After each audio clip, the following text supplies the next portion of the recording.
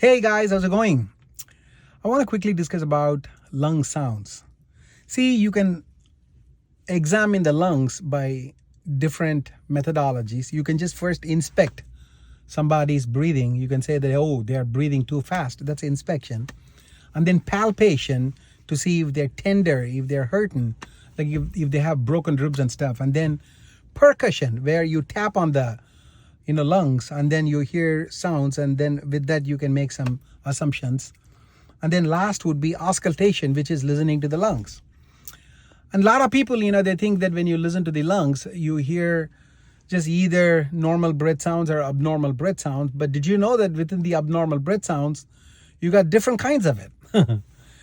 First, you got to remember that in the lungs, you got the airway, the trachea, which is the windpipe, and it divides into two to supply each of the lung. And then it keeps on dividing. So, basically, it's a long tube that carries oxygen, your air, all the way to the functioning unit of the lung, alveoli. That's where, the gaseous exchange happens. Oxygen is taken in and carbon dioxide is released. So if the alveoli is filled with a little bit of fluid like water in congestive heart failure, then what we hear is called as rails or crackles. It's kind of crackly, it's water noise. And then if the windpipe, the airway, if it's going into spasm like in asthma, then we hear wheeze. That's wheezing. And then if the airway, has got a lot of secretions in, like chronic smokers, patients with COPD, or when you get an acute infection and then, there's just too much phlegm in the airway, then you hear Rhonchi. And then, of course, you get a combination of these sounds. You can have, wheezing with also crackles. You can have some Rhonchi and wheezing in different parts of the lungs. So, these exam findings are very useful.